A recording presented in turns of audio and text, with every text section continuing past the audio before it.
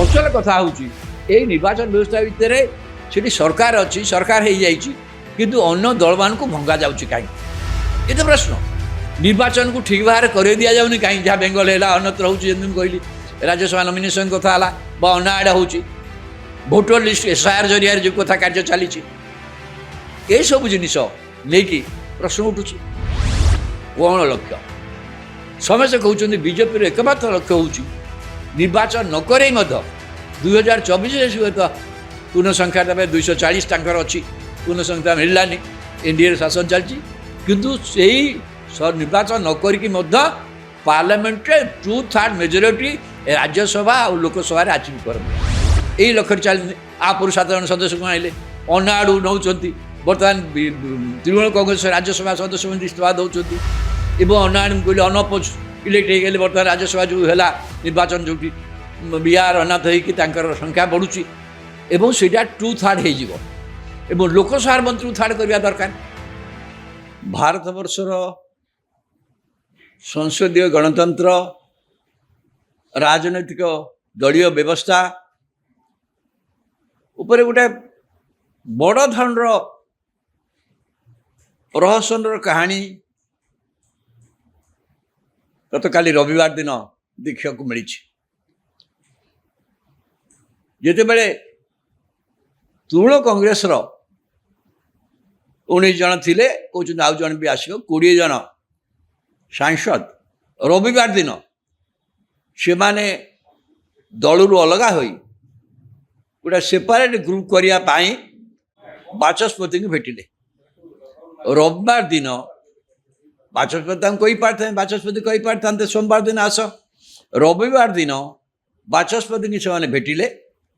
ବାଚସ୍ପତିଙ୍କ ବାସଭବନରେ ଏବଂ ବାଚସ୍ପତି ତାଙ୍କୁ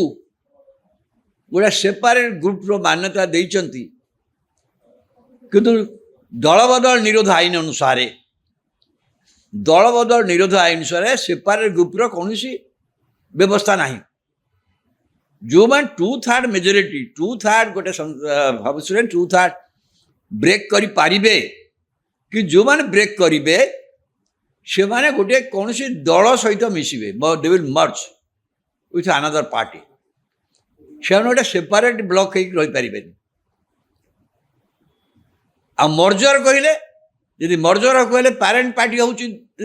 Mamata Banerjee parent party, merger ପାଇଁକା ପ୍ୟାରେଣ୍ଟ ପାର୍ଟିର ପ୍ରସ୍ତାବ ଦରକାର। କିନ୍ତୁ ଏମାନେ ଯେଉଁ 20 ଜଣ MP ବ୍ରେକ୍ କଲେ ତୃଣମୂଳ କଂଗ୍ରେସରୁ, ଇଏ ବ୍ରେକ୍ କରିକି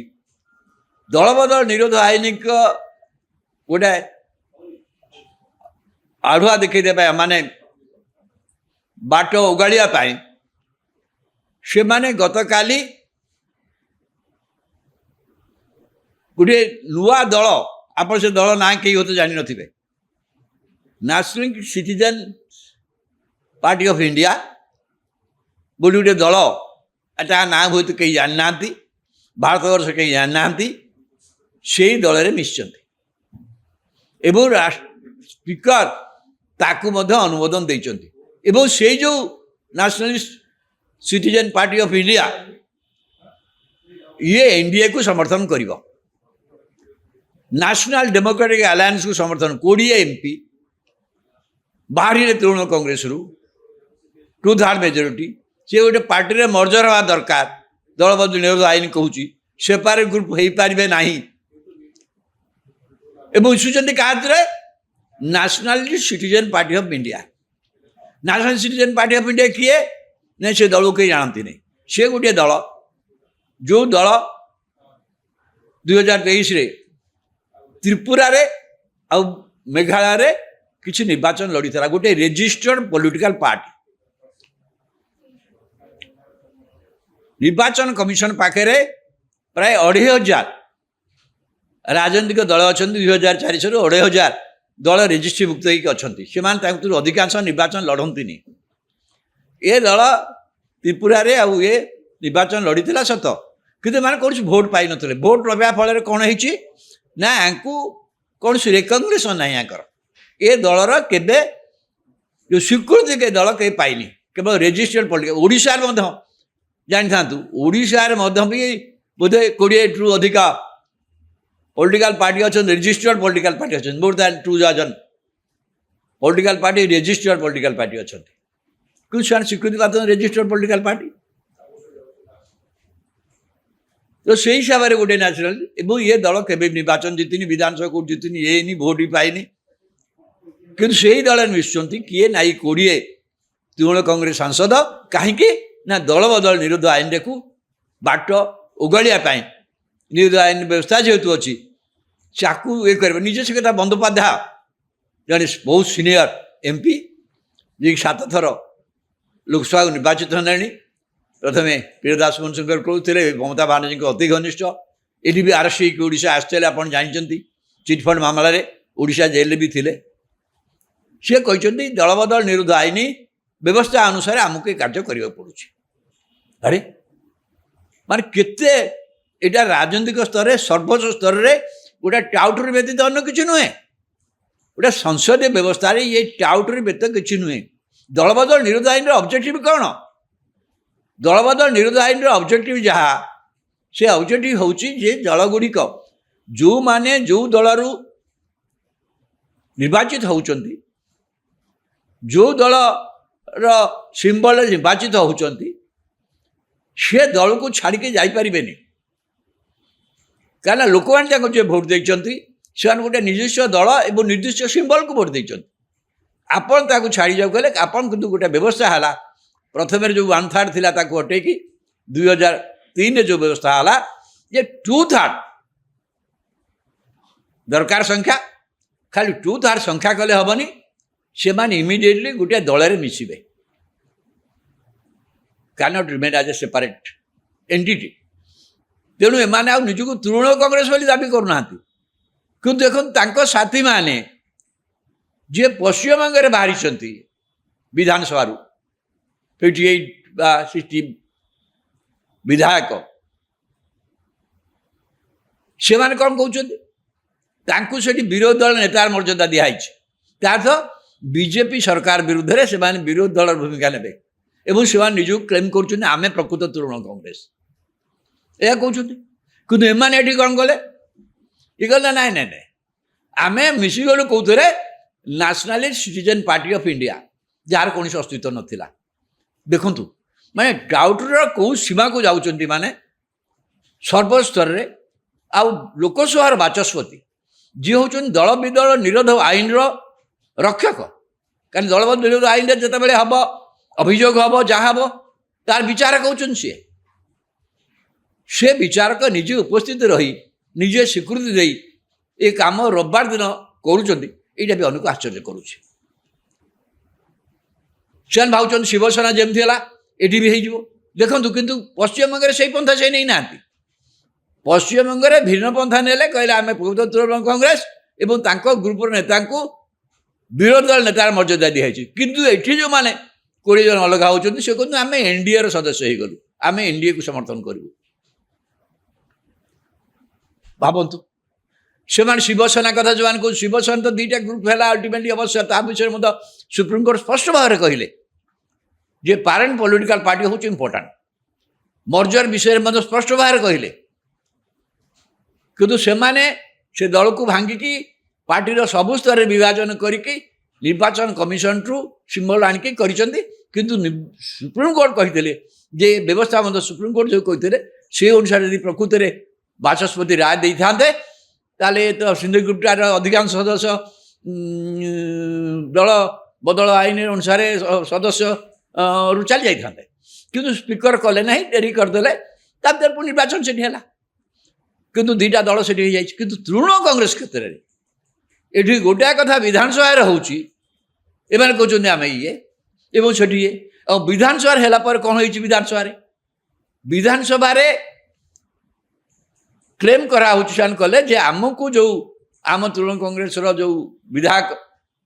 मनोनीत कराइला विधायक विरोधी दल नेता भाव में जो मान ना बाचस्पति की दिखाई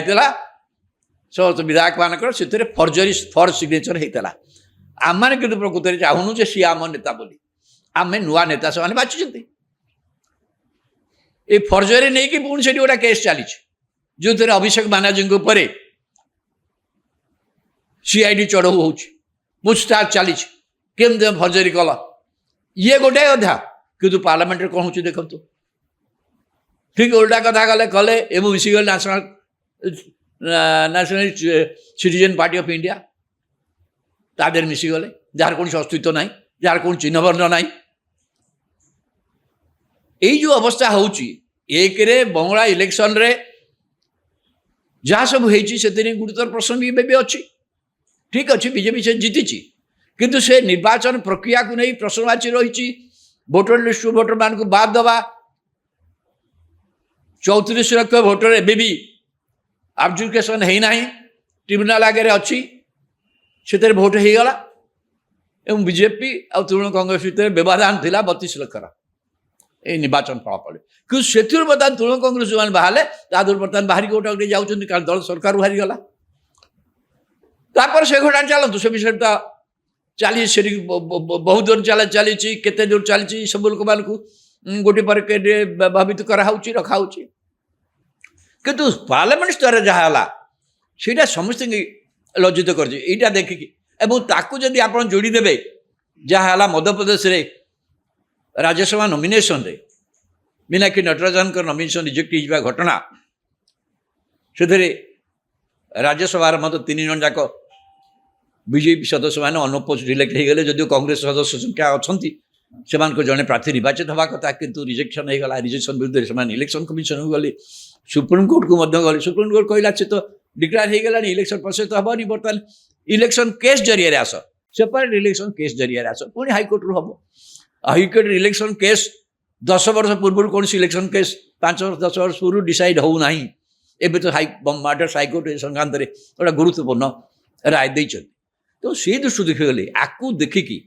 जहाँ चली देखिकी विरोधी दल नेता राहुल गांधी जो इंडिया मेंटर बैठक से बाहर वीडियो बजारे कहते भारत वर्ष में आउ निर्वाचन माध्यम निर्वाचन व्यवस्था रे ए सरकार विरुद्ध लड़वा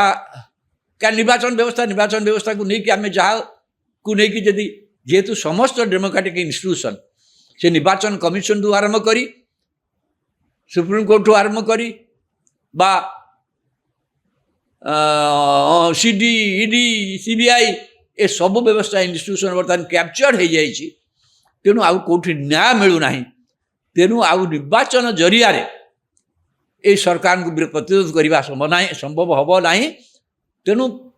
विरोधी दल काम हो जहाँ गांधी कही रेजिस्टांट प्रतिरोध कि अलग कथा किंतु आभली गोटे गणतंत्र तो निर्वाचन मुख्य कथा प्रतिरोध करने तार माध्यम कौन सी राहुल गांधी स्पष्ट कर पारना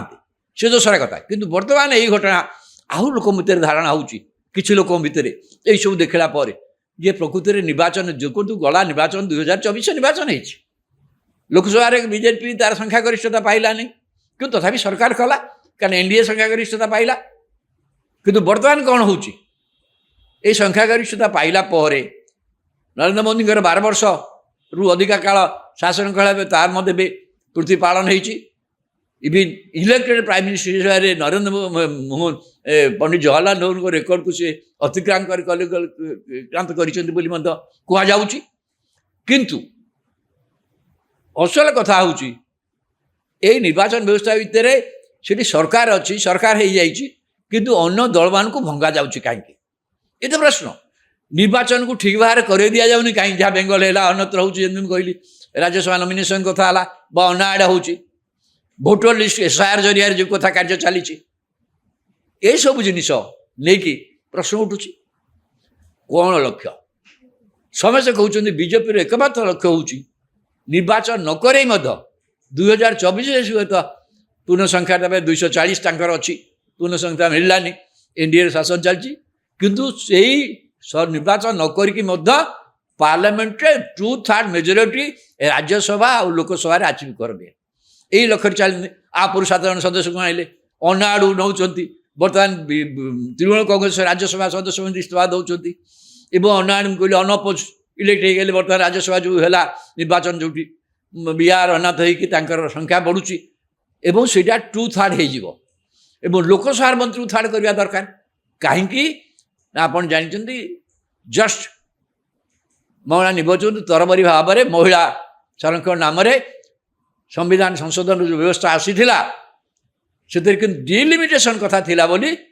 ସମୁଦାୟ ବିରୋଧ ଦଳ ଆକୁ ବିରୋଧ କରିବା ଫଳରେ ସେ ସମ୍ବିଧାନ ସଂଶୋଧନ ବିଲ୍ ପାସ୍ ହୋଇପାରିଲା, ରିଜେକ୍ଟ ହୋଇଗଲା, ବିଫଳ ହୋଇଗଲା। ବର୍ତ୍ତମାନ ସଂଖ୍ୟା କରୁଛି ବିଜେପି ଯେଉଁ ଉଠଉଛି ଯେମିତି ଆର ନିଜସ୍ୱ ଏନ୍ଡିଏର 2/3 ଆଣିଲେ ରାଜ୍ୟସଭା ଲୋକସଭାରେ ସେ ଯେଉଁ ବିଲ୍ଟା ତାଙ୍କର ବିଫଳ ହୋଇଯାଇଛି ୱାନ୍ ନେସନ୍ ୱାନ୍ ଲିଡରସିପ୍ ଗୋଟାକ ଅଛି, ଇଏ ଗୋଟା ହେଉଛି ଡିଲିମିଟେସନ୍ କରିବା ପାଇଁ ଯେଉଁ ଲକ୍ଷ୍ୟ ଅଛି। ଡିଲିମିଟେସନ୍ ସାଂଘାତିକ ହେବ, ଯେଉଁଥିପାଇଁ ସେମାନେ ବିରୋଧୀମାନେ ବିରୋଧ କରୁଥିଲେ ଯେ ଏଇ ସରକାର ଅମଳରେ ଡିଲିମିଟେସନ୍ ନ ହେଉ, କାରଣ ରାଜସ୍ଥାନ ଯାହା ଆସାମରେ ଯାହା ହେଇଛି ବା ଅନ୍ୟଟି ଦେଖୁଛନ୍ତି ମାନେ। କିନ୍ତୁ ସେଇ ବିଲ୍ଟା ପାସ୍ କରିବା ପାଇଁ ତାଙ୍କର ଯେଉଁ 2/3 ମେଜର ସେଇ ଲକ୍ଷ୍ୟରେ ସେମାନେ କରୁଛନ୍ତି ବୋଲି କୁହାଯାଉଛି। କିନ୍ତୁ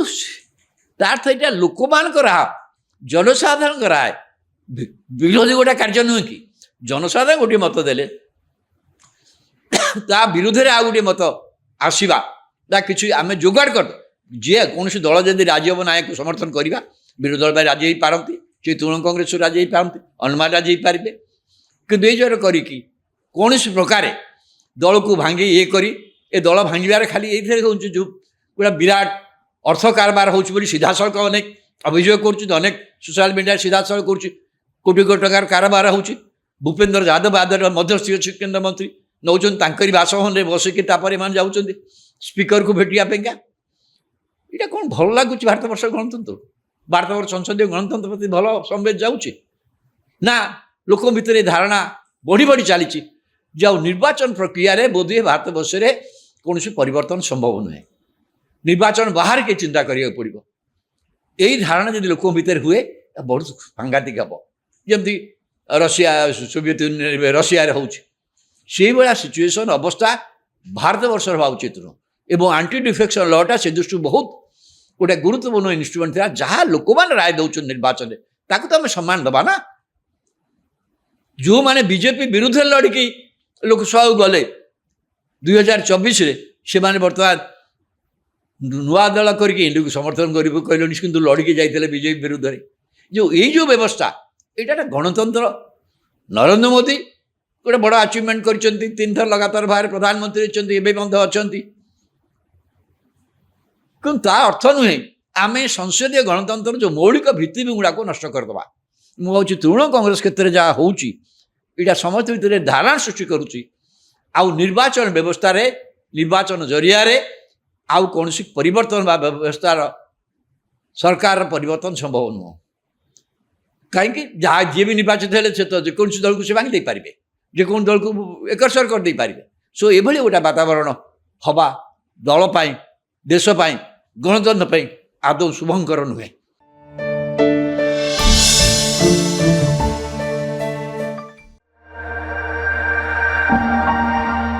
ଅସଲ କଥା ହେଉଛି ଏଇ ନିର୍ବାଚନ ବ୍ୟବସ୍ଥା ଭିତରେ ସେଠି ସରକାର ଅଛି, ସରକାର ହେଇଯାଇଛି, କିନ୍ତୁ ଅନ୍ୟ ଦଳମାନଙ୍କୁ ଭଙ୍ଗା ଯାଉଛି କାହିଁକି? ଏ ତ ପ୍ରଶ୍ନ। ନିର୍ବାଚନକୁ ଠିକ୍ ଭାବରେ କରେଇ ଦିଆଯାଉନି କାହିଁକି? ଯାହା ବେଙ୍ଗଲ ହେଲା, ଅନ୍ୟତ୍ର ହେଉଛି, ଯେମିତି ମୁଁ କହିଲି ରାଜ୍ୟସଭା ନମିନେସନ୍ କଥା ହେଲା ବା ଅନ୍ୟ ଆଡ଼େ ହେଉଛି, ଭୋଟର ଲିଷ୍ଟ SIR ଜରିଆରେ ଯେଉଁ କଥା କାର୍ଯ୍ୟ ଚାଲିଛି, ଏସବୁ ଜିନିଷ ନେଇକି ପ୍ରଶ୍ନ ଉଠୁଛି। କ'ଣ ଲକ୍ଷ୍ୟ? ସମସ୍ତେ କହୁଛନ୍ତି ବିଜେପିର ଏକମାତ୍ର ଲକ୍ଷ୍ୟ ହେଉଛି ନିର୍ବାଚନ ନ କରେଇ ମଧ୍ୟ 2024ରେ ହୁଏତ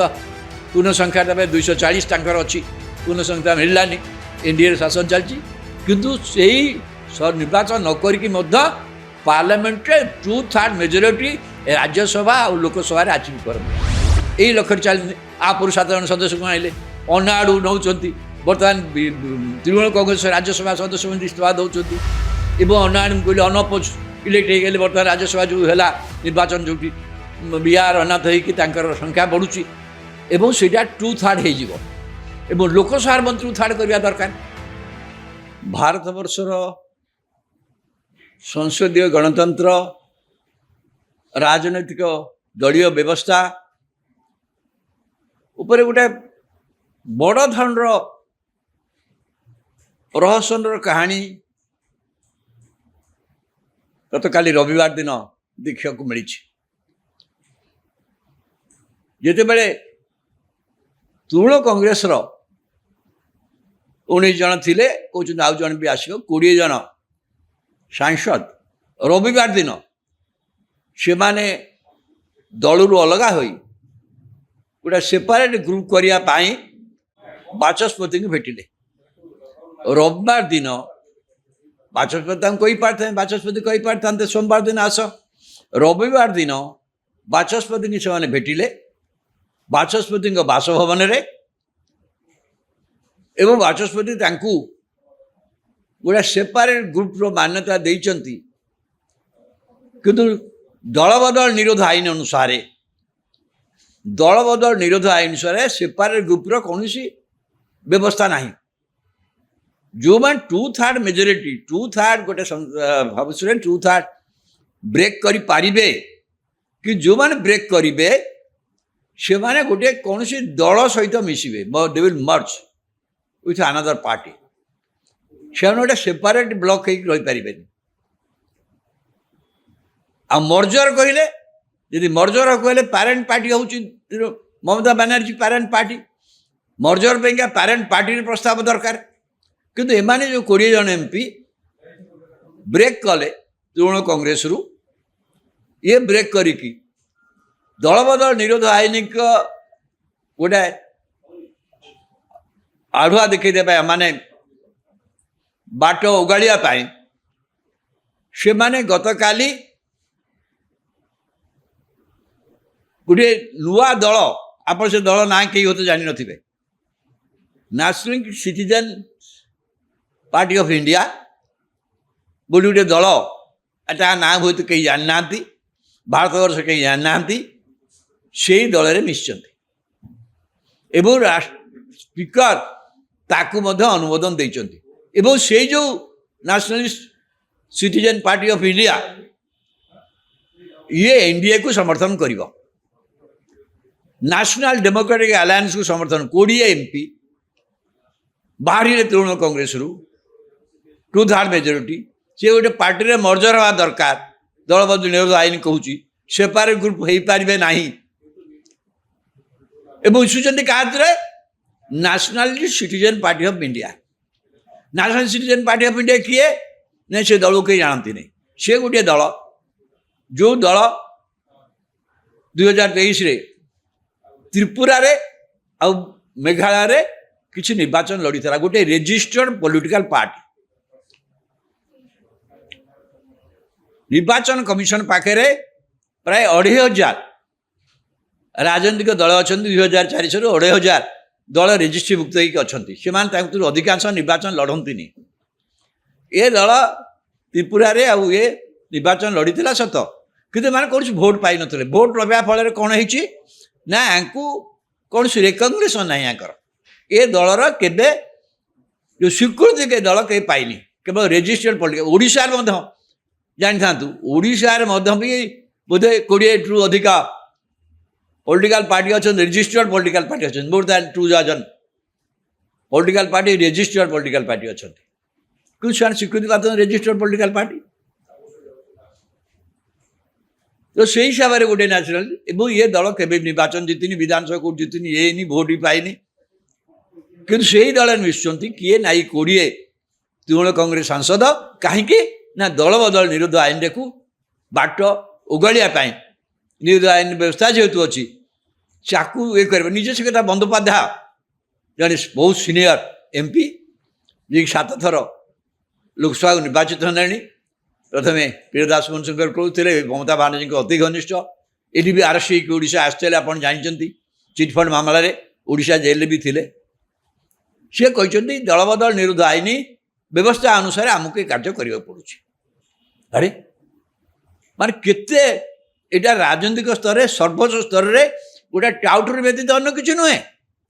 ଗୋଟେ ସଂସଦୀୟ ବ୍ୟବସ୍ଥାରେ ଇଏ ଟାଉଟରି ବ୍ୟତୀତ କିଛି ନୁହେଁ। ଦଳବଦଳ ନିରୋଧ ଆଇନର ଅବଜେକ୍ଟିଭ କ'ଣ? ଦଳବଦଳ ନିରୋଧ ଆଇନର ଅବଜେକ୍ଟିଭ ଯାହା, ସେ ଅବଜେକ୍ଟିଭ ହେଉଛି ଯେ ଦଳଗୁଡ଼ିକ ଯେଉଁମାନେ ଯେଉଁ ଦଳରୁ ନିର୍ବାଚିତ ହେଉଛନ୍ତି, ଯେଉଁ ଦଳର ସିମ୍ବଲରେ ନିର୍ବାଚିତ ହେଉଛନ୍ତି, ସେ ଦଳକୁ ଛାଡ଼ିକି ଯାଇପାରିବେନି। କାହିଁକିନା ଲୋକମାନେ ତାଙ୍କୁ ଯିଏ ଭୋଟ୍ ଦେଇଛନ୍ତି ସେମାନେ ଗୋଟେ ନିର୍ଦ୍ଦିଷ୍ଟ ଦଳ ଏବଂ ନିର୍ଦ୍ଦିଷ୍ଟ ସିମ୍ବଲକୁ ଭୋଟ୍ ଦେଇଛନ୍ତି। ଆପଣ ତାକୁ ଛାଡ଼ି ଯାଉ କହିଲେ ଆପଣ କିନ୍ତୁ ଗୋଟେ ବ୍ୟବସ୍ଥା ହେଲା, ପ୍ରଥମରେ ଯେଉଁ 1/3 ଥିଲା ତାକୁ ହଟେଇକି 2003ରେ ଯେଉଁ ବ୍ୟବସ୍ଥା ହେଲା ଯେ 2/3 दरकार संख्या खाली 2/3 संख्या कले हेनी से इमिडिएटली गोटे दल में मिसबे can not remain as a separate entity तेणु एमाने आ निजको तृणमूल कांग्रेस बोली दाबी करूना कि देखो साथी माने जे पश्चिमबंग में बाहरी विधानसभा 58 विधायक से कौन कहते से विरोधी दल नेतार मर्यादा दिखाई बीजेपी सरकार विरुद्ध में से विरोधी दल भूमिका ने से निजक क्लेम करें प्रकृत तृणमूल कांग्रेस यह कहते कि एमाने कौन कले ये कहले नाई नाई नाई आम मिसीगलु कौथे Nationalist Citizen Party of India जार कौन अस्तित्व नाला देखु माने डाउटर कौ सीमा को जाऊँच माने सर्वस्तर में आउ लोकसभा बाचस्पति जी हूँ दल विदल निरोध आईन रक्षक कहीं दल निरोध आईन जिते हम अभियोग हम जहाँ हम तार विचार कहते से विचारक निजे उपस्थित रही निजे स्वीकृति दे ये कम रविवार दिन करुँचा भी अनेक आश्चर्य करुँचे भाव शिवसेना जमी है ये भी हो देखु कितु पश्चिमबंग से पंथा से नहीं ना पश्चिमबंग में भिन्न पंथा ने कहले आम प्रकृत तृणमूल कांग्रेस एवं ग्रुपर नेता को विरोधी दल नेतार मर्यादा दिखाई किंतु ये जो मैंने 20 जन अलग होती से कहते आम एनडीए सदस्य हो गलु आम एनडीए को समर्थन करूँ भावतु से शिवसेना कथा जो शिवसेना तो 2टा ग्रुप है अल्टीमेटली अवश्य ता विषय में सुप्रीमकोर्ट स्पष्ट भाव में कहले जे पारेंट पॉलिटिकल पार्टी हूँ इम्पोर्टाट मर्जर विषय में स्पष्ट भाव में कहले किंतु से दल को भांगिकी पार्टीर सबु स्तर विभाजन करके निर्वाचन कमिशन रु सिंबल आणिकी किंतु सुप्रीमकोर्ट कहते जे व्यवस्था मतलब सुप्रीमकोर्ट जो कहते से अनुसार यदि प्रकृत में बाचस्पति राय दे था तो सिंधु ग्रुपटार अधिकांश सदस्य दल बदल आईन अनुसार सदस्य रु चली जाते किंतु स्पीकर कले ना डेरी करदे तब निर्वाचन से किंतु 2टा दल से किंतु तृणमूल कांग्रेस क्षेत्र में ये गोटाए कथा विधानसभा होची कहते आम ये एवं से विधानसभा है कौन हो विधानसभा क्लेम करा कले जे आमको जो आम तृणमूल कांग्रेस जो विधायक मनोनीत कराइला विधायक विरोधी दल नेता भाव में जो मान ना बाचस्पति दिखाई समस्त विधायक मानक से फर्जरी फर सिग्नेचर होता आम मैंने कि प्रकृत में चाहूनु जे सी आम नेता बोली आम नुआ नेता से बाछुं ये फर्जरी नहीं कि पुणी से गोटा केस चली जो थे अभिषेक बानार्जी ऊपर सीआईडी चढ़ऊ हो पूछताछ चली केमती फर्जरी कल ये गोटे अधा कि पार्लियामेंट कौन हो देखो ठीक उल्टा कथा कले कले एवं मिसिगल National Citizen Party of India तादेर मिसिगले जार कौन अस्तित्व ना जार कौन चिन्ह वर्ण ना जो अवस्था होक बंगला इलेक्शन रे जहाँ सब होती गुरुतर प्रश्न भी अच्छी ठीक अच्छी बीजेपी से जीति किंतु से निर्वाचन प्रक्रिया को नहीं प्रश्नवाची रही भोटर लिस्ट भोटर मान को बाद दबा